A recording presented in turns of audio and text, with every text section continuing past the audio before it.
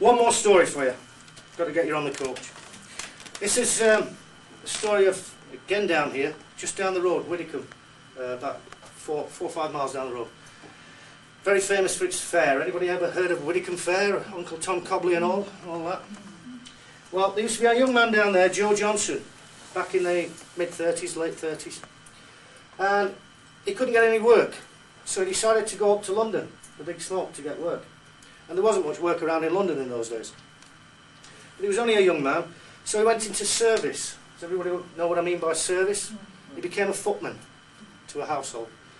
And he worked his way through the different stages, and eventually, about 10, maybe 12 years later, he was a butler to a very old lady. And this old lady was very rich. She had no relatives, very few friends, and he looked after her like a son, and she loved him like a mother. And she loved him so much, and she was getting on quite a bit, that she said, "I'm going to put you in my will. You can be my son." That was a fatal flaw, because our Johnson had a bit of a flaw. He was a gambler, and a greedy gambler at that. And now we're working our way up into the 50s, and he's still butler to this lady, and he meets up with the two notorious Crays, who run gambling casinos in London at that time, 50s or 60s. Now these two Cray guys, they weren't too worried if you owed them money. Didn't bother them that much, whether you paid it back or not, because if you didn't, they'd just kill you. And they did it several times. So Johnson got very, very frightened. And in his greedy little gambler's mind, the only way he could get out of this was to get the inheritance from the old lady. Now, she wasn't about to die just for this, but he decided she would have to, because she was very old, he was still quite young, and he'd still got a life to lead. So he went out one night on his night off, and he got himself an alibi, and he came back, and he burgled the house, made it look like a burglary, and he killed the old lady. But as I said, he was a very greedy man. The old lady had a ring on her finger, about the size of that, only it was a pure diamond, and it was worth thousands. Now young Johnson decided he was having this ring, so he tried to get it off, and it wouldn't come off. So what do you think he did? Cut her finger off. He tried to get it off that way, and it wouldn't come off. So what do you think he did?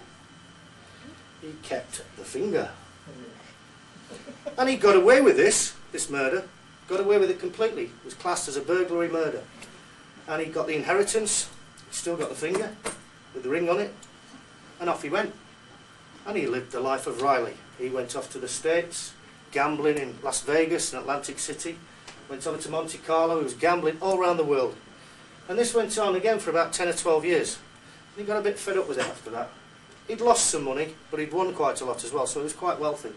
And he decided he'd had enough of the lifestyle, so he wanted to come back to God's country, to Devon.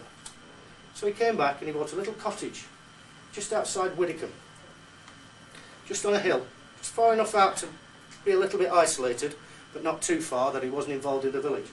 And he did get involved in the village, got involved with the fair, got on the parish council, did everything. He was well respected and well liked in the village.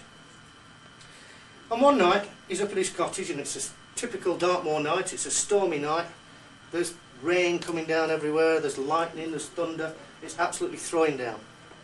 And there's a knock at his door. So he goes to the door, and there's an old lady with a basket of fruit on her arm. And she's absolutely drenched, soaked to the skin. So he takes pity on her, brings her in, sits her by the fire, makes a cup of tea, as us Englishmen do. And they sat there having a cup of tea, and talking about the weather, talking about the upcoming Widdicombe Fair, everything in general about the parish. They're having a really good conversation. Suddenly, the old lady's taking a drink of her tea, and he notices that her finger's missing there. Well, it doesn't throw him that much, it's been some time since all this happened. So they carry on chatting about the weather and everything going on. But of course, like with all of us, curiosity gets the best of him. The old lady's just taking a drink of her tea again, and he said, "Look, I hope you don't think I'm being rude here. I hope you don't want to offend you." He said, "But could you tell me what happened to your ring, your finger?" She says, looks at him, takes a drink of her tea, looks at him over the top of the cup, and she puts the cup down and she says, "You've got it!"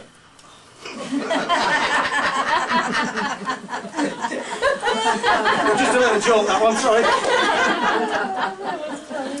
Well, folks, I hope you've enjoyed your meal and my little talk, and thank you for listening. And I hope you have a safe trip. Thank you very